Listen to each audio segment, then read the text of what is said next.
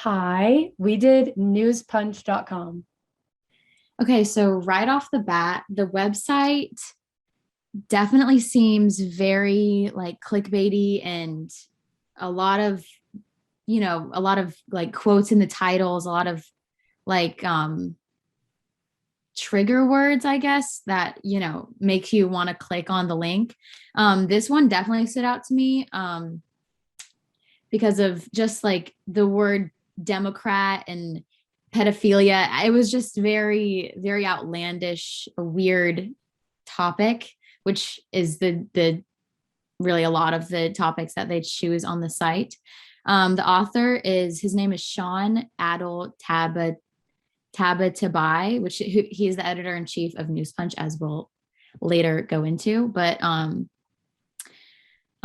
So the entire story is copied from a whole different right leaning website called Summit News, just like word for word. It was he basically just isn't the author. He just copy and pasted it to his own website.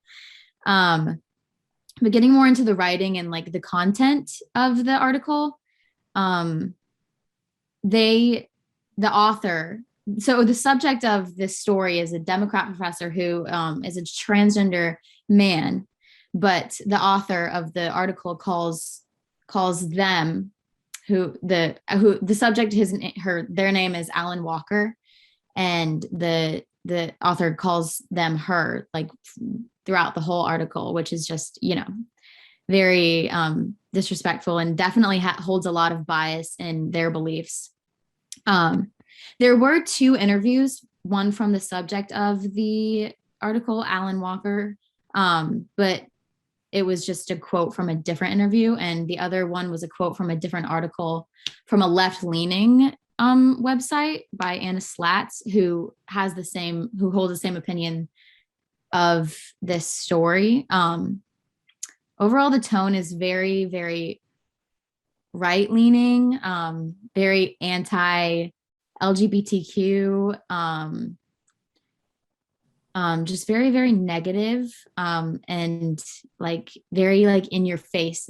It leaves very little room for um, any other thought. So for the second story, I picked this one called Dr. Fauci Admits Truth About COVID Jabs, Warns the Vaccinated They're in Danger. So immediately, just from the title, you can already tell that this is obviously leaning right and it's definitely biased just by the word choice, like using jabs instead of vaccine. It just has a negative connotation. But this was by an author named Neve Harris. And I tried to go on the like page of the author on the website, and it had all of the other articles by this author, but nothing else, not even a profile picture. I couldn't find any links to any other facts about the author, anything, not even a bio. And a Google search did nothing. So there's no way to tell if this is a credible author or even who they are. The actual content of the article itself had very little information. It was really short. Um, no one was directly interviewed. Fauci was not quoted like directly to News Punch. They used a legitimate quote that he made to the New York Times. And I went and read the transcript to that article, and it was like an accurate quote.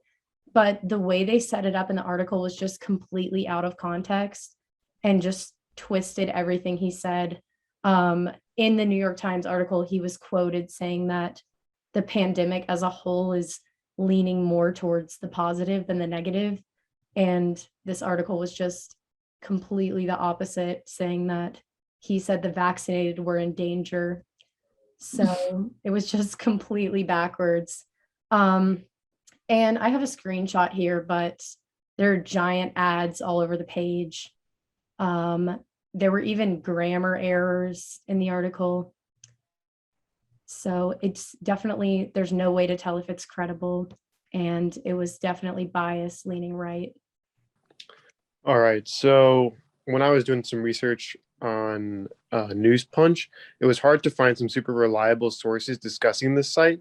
because the stories are so outlandish. Most mainstream news sites don't want to give the site the attention that it craves. Mashable is a somewhat credible source. I say this because it seems that their main agenda is to sell products as opposed to informing the public. But they had posted a piece about fake news sites on this page, and they discussed News Punch had changed their name. Originally, it was known as Your News Wire, and Mashable claims that they changed their name and domain in order to avoid Facebook's fact-checking system. Another source, Evening Standard, states that this site has been blacklisted by an EU task force which was set up to combat Russian propaganda. The creator has acknowledged this claim of being linked to Russian propaganda and states that it is fake news and baseless. And when I say the creator, I mean Sean. He's the one. He saw that article and he claims it's baseless. Factcheck.org writes that News Punch has been a prolific poster of misinformation and conspiracy theories. They write that it is registered by a company called The People's Voice, which is run by Sean Adel Tabatabai in California. So Sean used to be a television producer for BBC and MTV. He created the site in 2014 and is married to his business partner, Sinclair Treadway. According to the San Diego Union Tribune, after same-sex marriage was legalized in Britain, this couple was actually among the first to be wed. According to the Times, a United Kingdom newspaper company that has been around for centuries, it states that Sean's mother is actually responsible for writing many of the fake news stories that the site produces. Another site called The Drum mentions his mother, as well as stating that she is a main contributor to the site.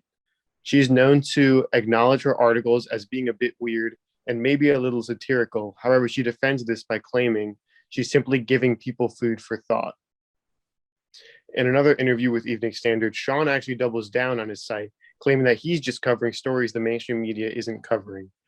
Under his About Us page, he claims that if there is an error in any of one of his stories, they will fix it if it's pointed out to them. But considering how clickbaity the stories and the ads are on his site, it seems like his main motivation is just money. We live in a time where the craziest stories get the most clicks, and it seems like he's just tapped into the algorithm. Okay, so as far as his content goes, like y'all had said, they're really controversial news stories that are like really clickbaity titles. And then here I just put some really outrageous ones that I saw, talking about if he's acquitted, we'll kill your children. The pedophilia one, that's outrageous. And then something outrageous that Nancy Pelosi said. And it's just not well-informed content at all, not good quality information. All of their sources that I have found are other news sites. I believe Hannah had said, they completely take the stories from other news sites. And then on a lot of them, they included stuff like on the right here, like a tweet in the middle of a article that has like who is Elizabeth Burns? Like it has nothing to do with any credible sources. And then the author's site and site appearance. The only two authors that I could find were Neve Harris and Sean Adel Tabatabai. They're really easy to identify because they're the only ones that I have found at all for the site that are listed. And there's not really much of a difference of point of view because they seem to have the same point of view because they both write these really crazy stories. And, if you don't have multiple points of view, your information can't really be reliable. And as far as how the site looks, at first glance, it looks like a normal news site. The heading right at the bottom, looks normal. But it's clearly tailored to a particular audience, the right-leaning side. And its slogan, I said it was very accurate because it's nothing like a mainstream news outlet at all. So as far as the audience and information relevance goes, it's clearly trying to play into the conservatives and right-leaning views. It features on the right-hand side of the website, I took a screenshot and put it here. It shows all these featured stories.